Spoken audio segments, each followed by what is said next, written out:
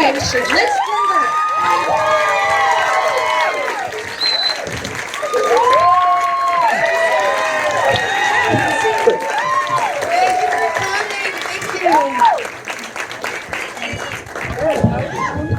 Oh my gosh, well, happy opening night. Carmen first screened at Toronto way back in September, and we've all been dying to talk about it, and you are all here tonight to hear this conversation. This is also Benjamin's directorial debut as far as feature films goes, so can we give Benjamin a round?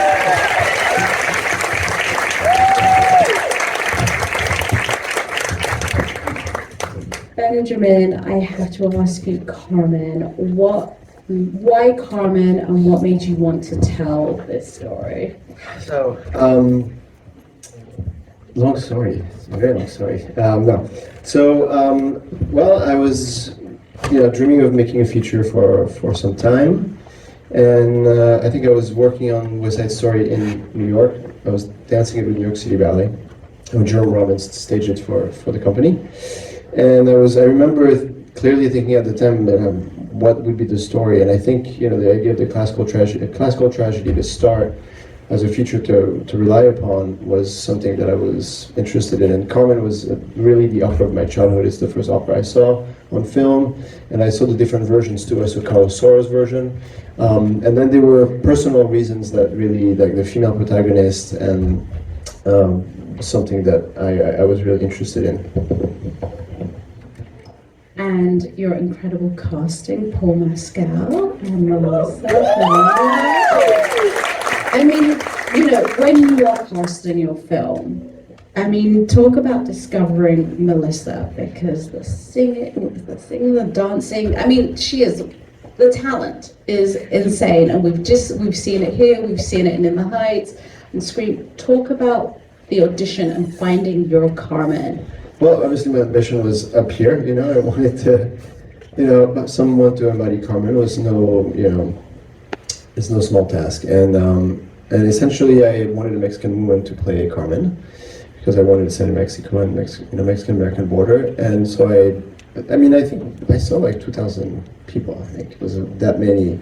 And obviously, it was very clear, from the song you sang, and then I saw Melissa on Not So You Think You Can Dance, Dancing with the Stars in Mexico, and she was really incredible, and just danced with so much conviction. That we just met in New York. She was in Vida at the time, on the first TV series that she was in, and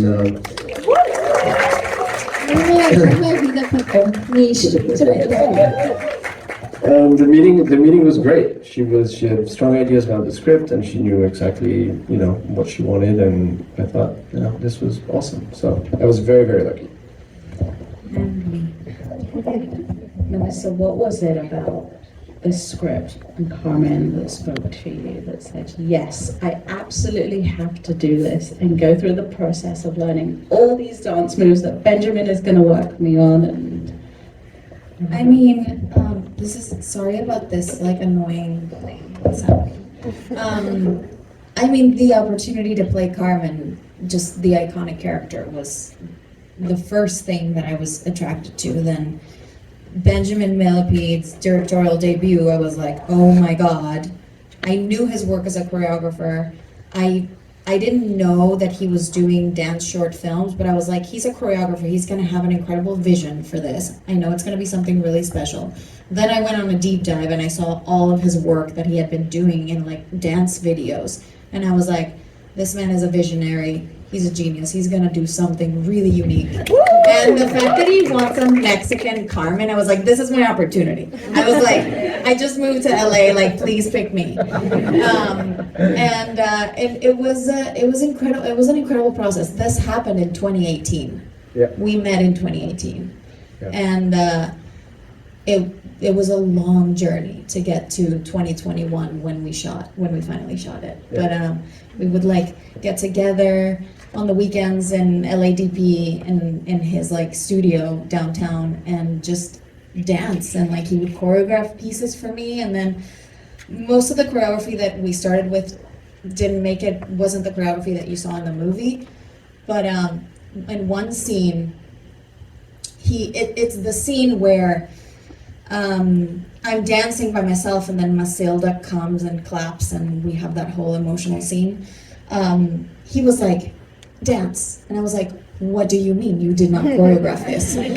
Because I was like, I freak out when, especially as like a non-dancer, to someone telling you improvise a dance. I was like, it was like, just dance on this. I was like, I'm not prepared. I'm not equipped for this moment right now.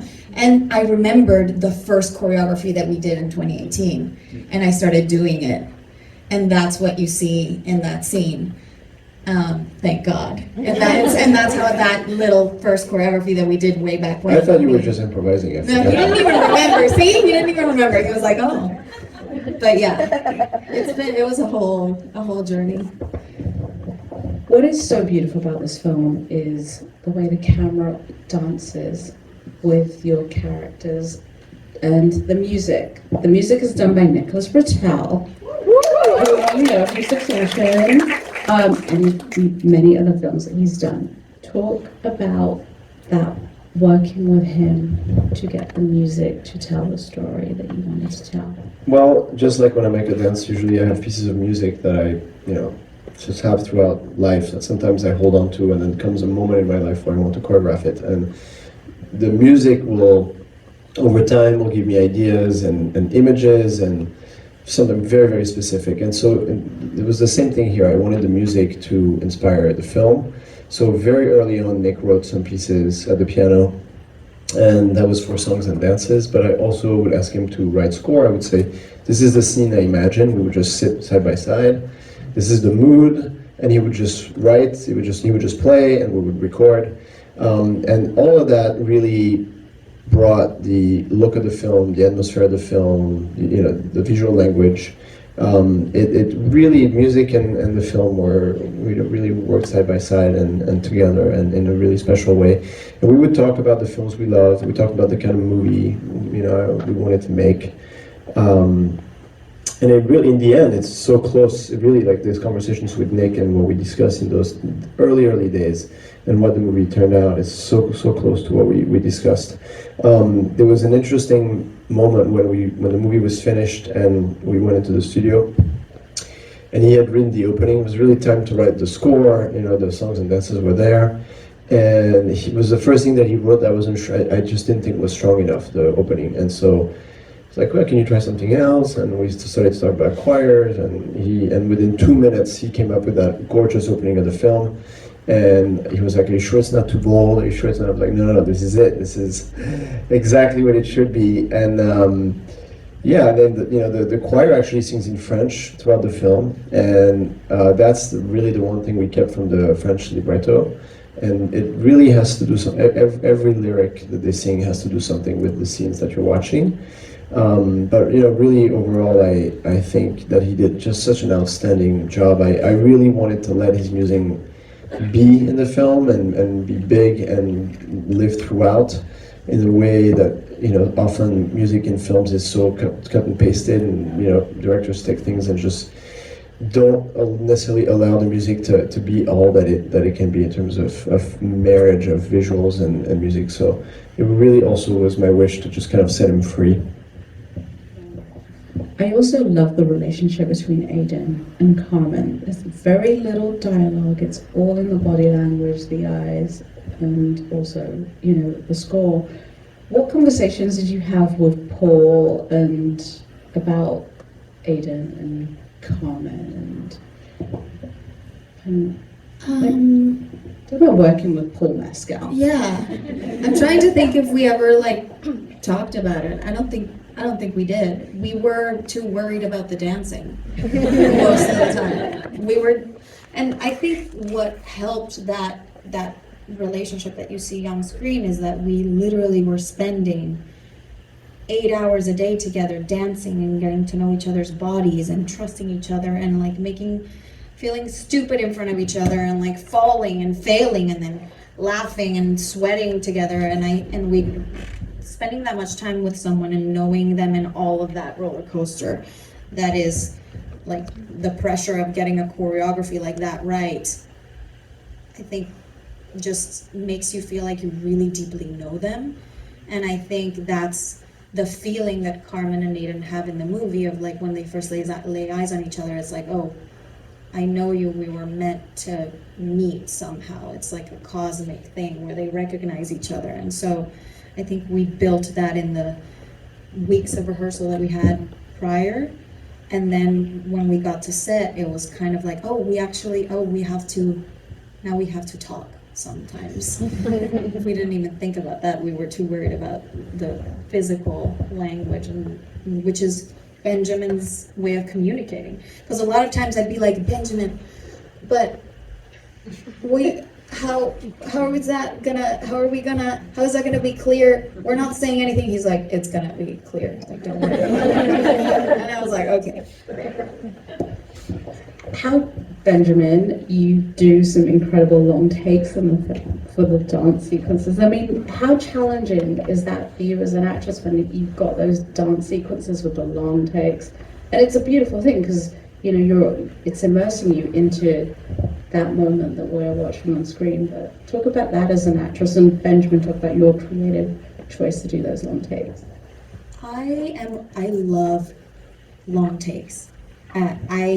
I love watching long takes. I think there's something really powerful about, as an audience member, watching no cuts, because it almost doesn't let you breathe, it doesn't let you rest, and you're like, oh my God, when is this gonna end? And I love that feeling. So when he told me that that's how we were gonna shoot a lot of the movie and a lot of the dances, I was like, this is awesome. But then I didn't think about the fact that meant that I couldn't make mistakes in the dances, that there was gonna be nowhere to hide, and that freaked me out a lot. I was spiraling for most of the shoot of this movie. I was really a nervous wreck. But I think there's a lot of like magic in that, and I think it's cinematically very beautiful. And Ben himself, like, he's a great operator. He can dance with the camera, and he taught basically our operator how to do that. And he would come into the dance rehearsals, and Ben would show him how to move and where to be in specific moments of the dance. And then Paul and I would just freak out and like say like, okay, we're gonna stay for 3 hours more and just try and get this right. Well, I think it's really the only way of doing long takes is to find some magic in the performance, because I think, you allow a scene to happen like it would in life, and the actor can really focus throughout an entire scene without a cut, and that's how something magical can happen, honestly. I think it's really, really important to just let time be in the film in general. There's a lot of moments that might seem slow, but again, this is actually how things happen in life, and I think it also gives space for the audience to receive and to think and to feel, and so that's something that I really believe in, and I think I'll probably continue to do in my films. And then, it's the same with the dancing, actually, because you have a whole dance to do. So of course you could say, okay, you're going to do this perfect, and we're going to cut, and you're going to do this perfectly, but then there's really the thing of, Melissa doing the whole dance and getting tired and pushing herself and just going through that really like emotional journey when you're dancing a hard piece, and that's also something human and more realistic, and I think more touching. So it was never about the virtuosity to say, look what we can do with the camera and a group of dancers, now we can move it right to left. Like the point of is not to ever be aware that the camera is moving. The audience is just supposed to be taking in the emotional experience, and yes, the camera is moving, but it's not to just like pay attention to how virtuosic we're being, which I think you can see sometimes in film when the camera is virtuosic just for the point of it. I have to ask you, what was the most challenging sequence for you to shoot? Gosh, I mean, I don't know. I can't say that one was more challenging than the next. I think you have to make a decision. It was very important that I would say, okay, this scene needs to be done like this and no other way, and this is why. And so that to make that decision every day is a challenge. But yeah, of course, when there's large groups, and there was definitely something that I think was unexpected. I had these ideas of how I wanted to move the extras in the club, and I had thought I could really just the way that I would take a group of dancers and just pedestrians, just making them walk about the room, but like choreograph it. And I realized within 5 minutes that they really had no experience being directed, even just walking around, it was just, I thought that I could do it in 3 hours, and I realized, okay, if I want to do this in 3 days, except I really just have 3 hours, and by now I really only have 2.5. So let's change, that was something that now I know, and I think,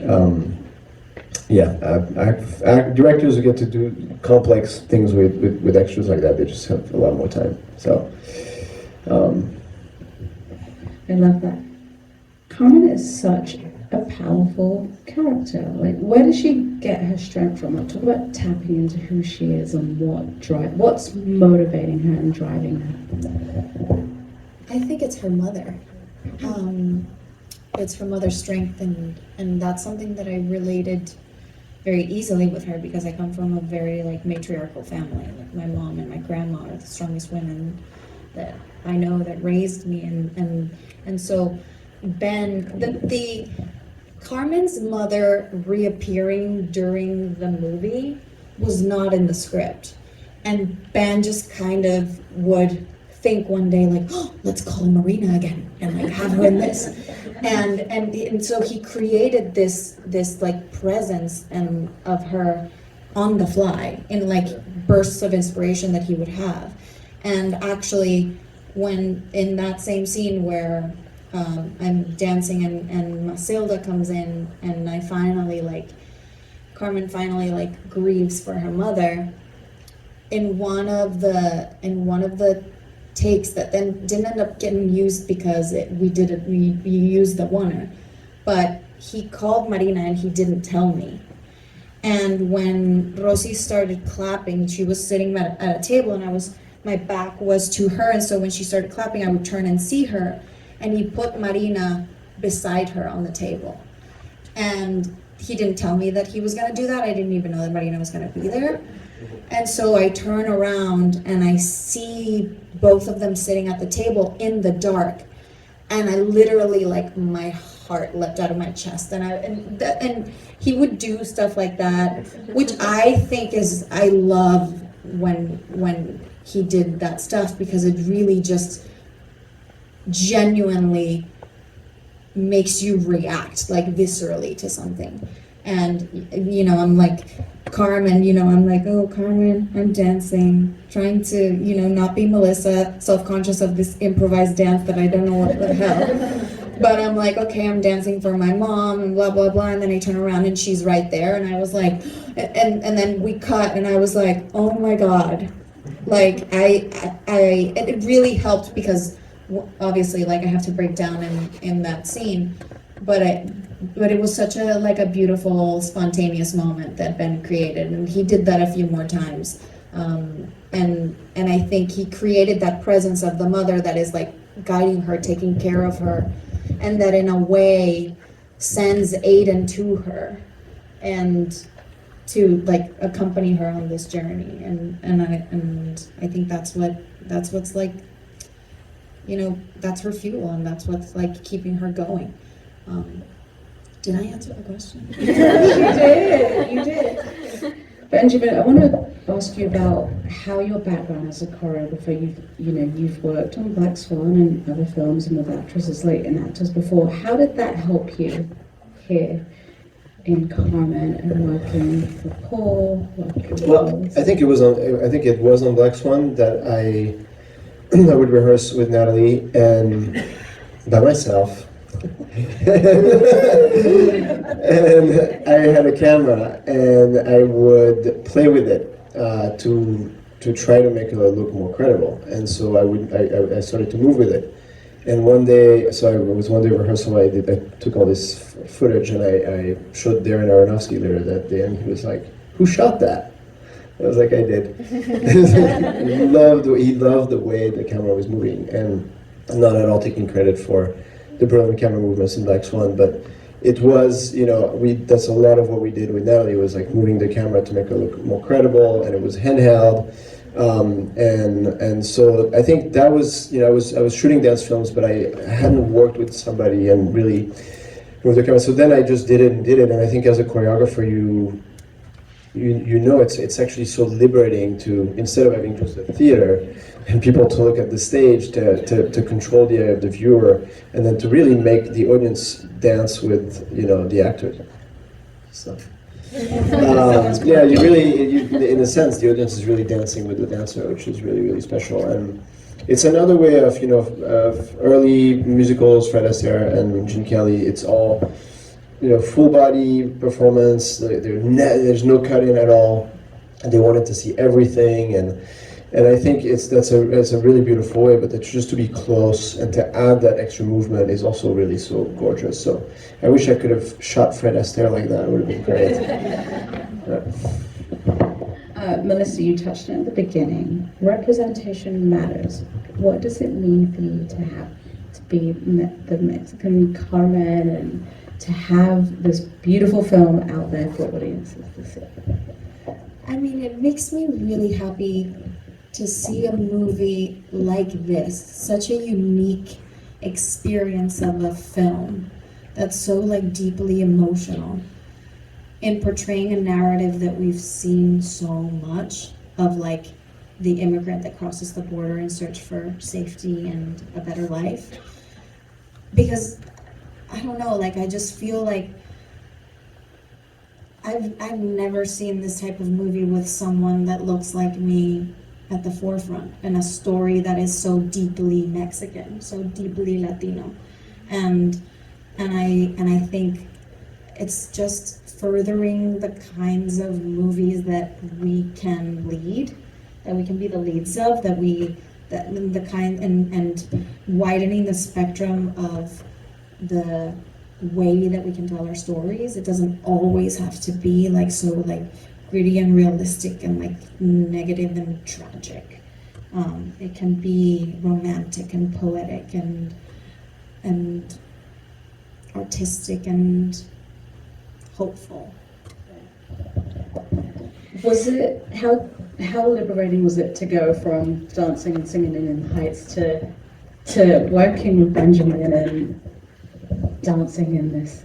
It was a completely different experience. And in the Heights, I was also trying to learn to salsa, which is not something that I knew how to do before. But I was very aware that there were going to be 1,000 different setups, and there were going to be cuts, and that I was going to be able to, if I messed up, I had a partner that was gonna basically be controlling me and como trompo.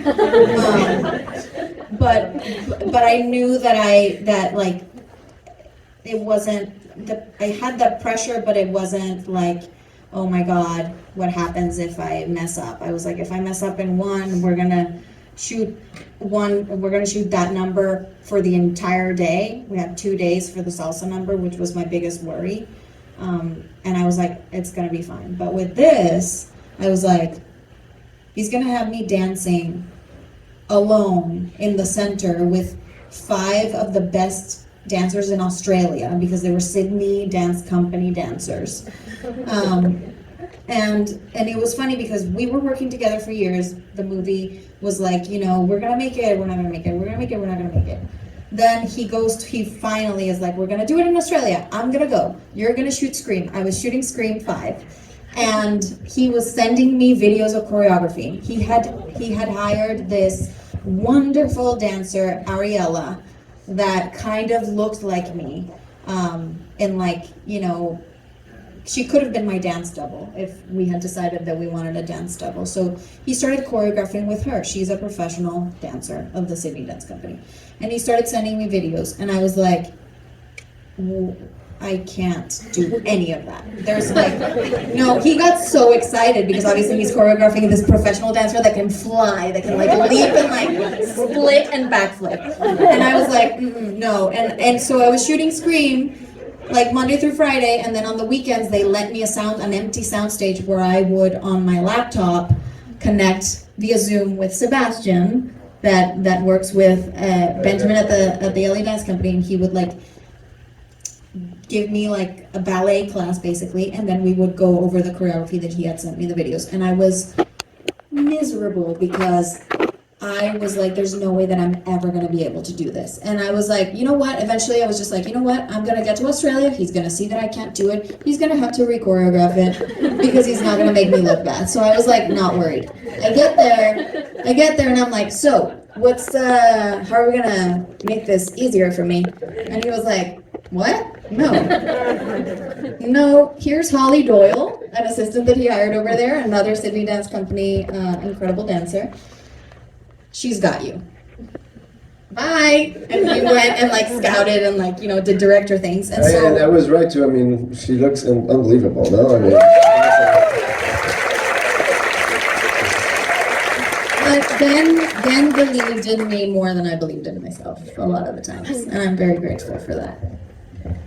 Ben, what does it mean for you to have this film out finally? Because, we've been talking about the journey, and now audiences can finally see it. Spread the word, please, afterwards. But this is finally out. No, it's crazy, meaningful.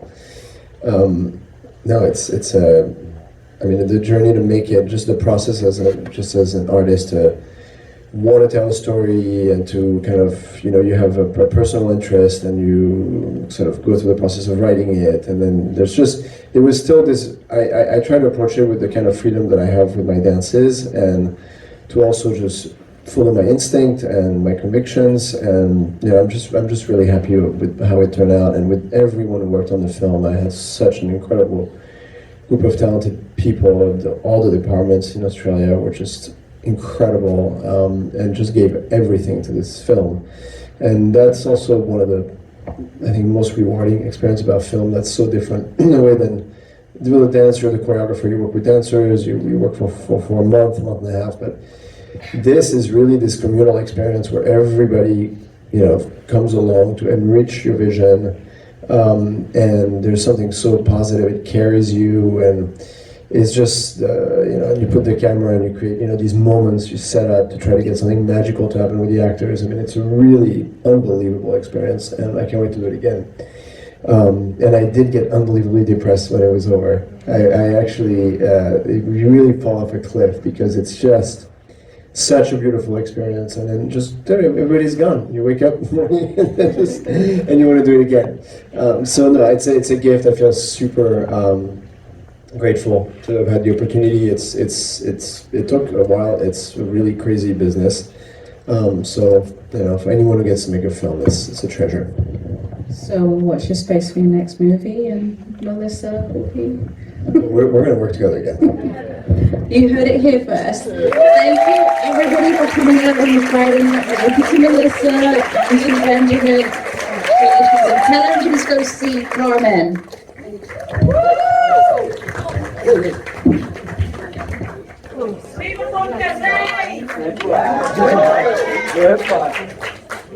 There he goes!